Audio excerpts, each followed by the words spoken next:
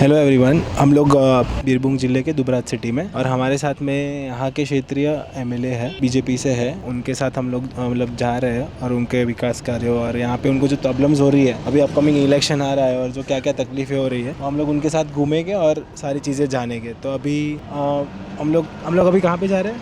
अभी हम दुबराजपुर के हेतमपुर एक पंचायत एरिया है हेतमपुर में, वहाँ हमारा विधायक तहसील से एक काम हुआ है डेवलपमेंट का, उसका इनॉग्रेशन है।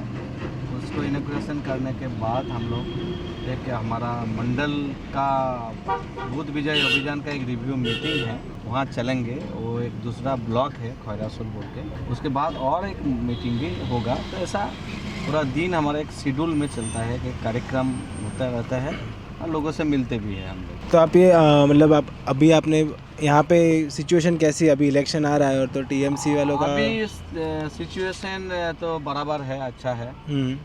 और मजबूत करने का ज़रूरत है। तो हम लोग उसके प्रयास से अब हमारा जो संगठन का अभी कार्य का योजना दिए हैं हम लोगों को, उसको हम लोग फॉलो अप कर रहे हैं और ज़्यादा कैसे हम कर सकते हैं बेटर। उसके लिए हमारा डे टू डे और टाइम टू टाइम हमारा कार्यकर्ता को, सभी तरह का कार्यकर्ता को हम काम में लगाना और जितना सारा काम से उसको इम्प्लीमेंट करना। बराबर। ग्राउंड लेवल, बूथ लेवल कार्यकर्ता का परिस्थिति कैसा है? मतलब यहाँ पे अभी कार्यकर्ता लोग परिस्थिति माहौल अच्छा कर रहे हैं, लोगों को जुड़ रहे हैं, लोगों को संपर्क कर रहे हैं, घर घर जाके अपना पारा बैठक करना, आपका लोगों से मिलना, मठ मंदिर संपर्क करना। अभी हमारा परिवर्तन सभा भी होने वाला है, इसकी तैयारी भी चल रहा है।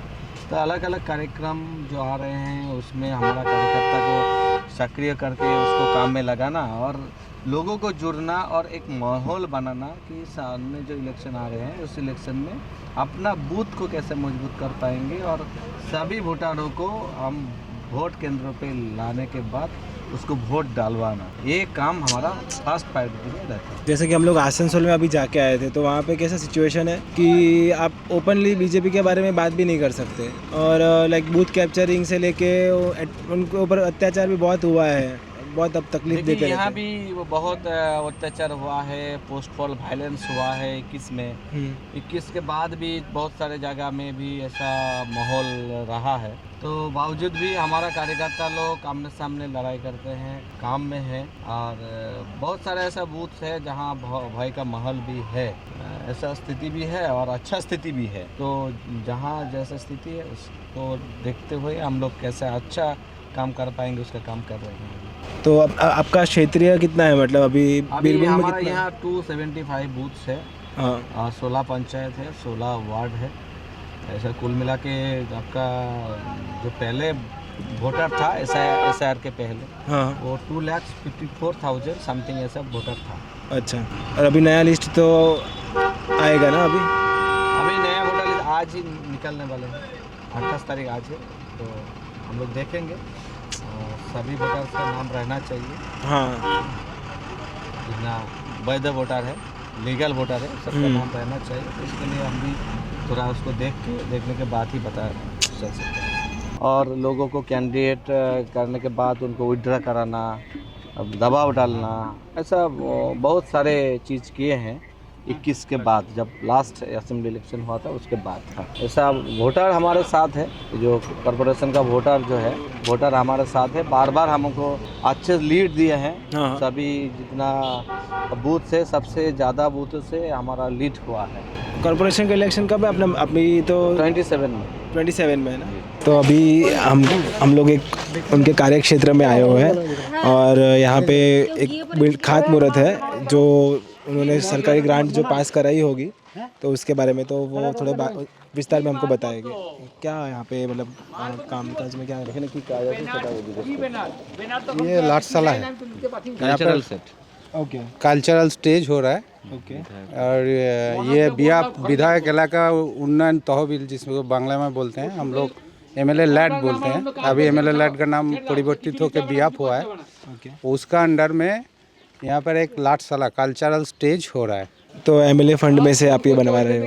अच्छा, तो इसका क्या उपयोग होगा, क्या यूज़ होगा? इस जो पारा है, हाँ। इस एरिया में बहुत सारे कार्यक्रम होता है। इस जो प्लेस है, तो इस कार्यक्रम के लिए यहाँ ऐसा कुछ नहीं है, तो इसलिए हम लोग कल्चरल सेट से बनाते हैं, जिसमें बहुत सारे कल्चरल प्रोग्राम होता है, सांस्कृतिक অনুষ্ঠান होता है, अलग अलग प्रोग्राम में उसको व्यवहार किया जाता है। इस लोगों का इतना डिमांड था कि यहाँ कुछ ऐसा डेवलपमेंट हो, तो हमको प्रपोजल दिया था, तो उस प्रपोजल के हम लोग का आगे बढ़ाया और एमएलए लैट का पूरा फंड यहाँ से देने के बाद वो अभी काम स्टार्ट हो गया। बराबर।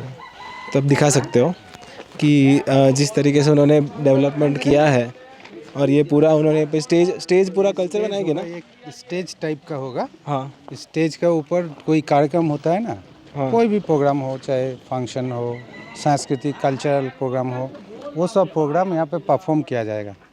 इसके लिए एक स्टेज होगा, इसका ये ढलाई होते हुए ऊपर उठेगा, हाइट होगा 3 फुट ज़्यादा, 3 फुट हाइट होके जैसे स्टेज होता है, स्टेज का लंबाई उसको ऐसे होता है।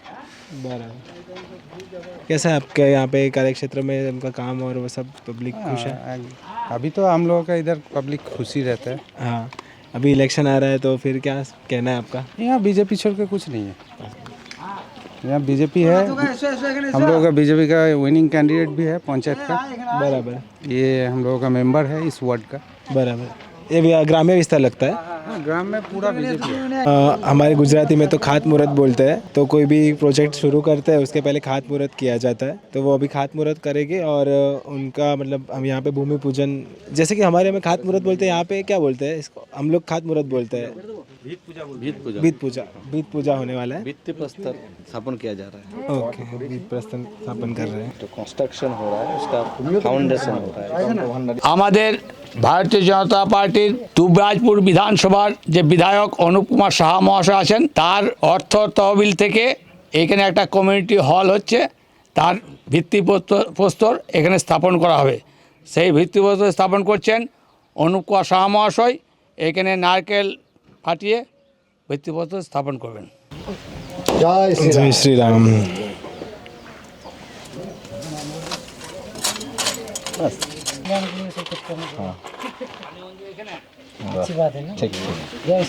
जय श्री राम। तो आपका संघर्ष कैसा था, क्या हुआ था, कैसे आपने मतलब आपको टिकट मिली या फिर कैसी जर्नी रही? बहुत चुनौती भरा होगा, और कैसे था यहाँ पे?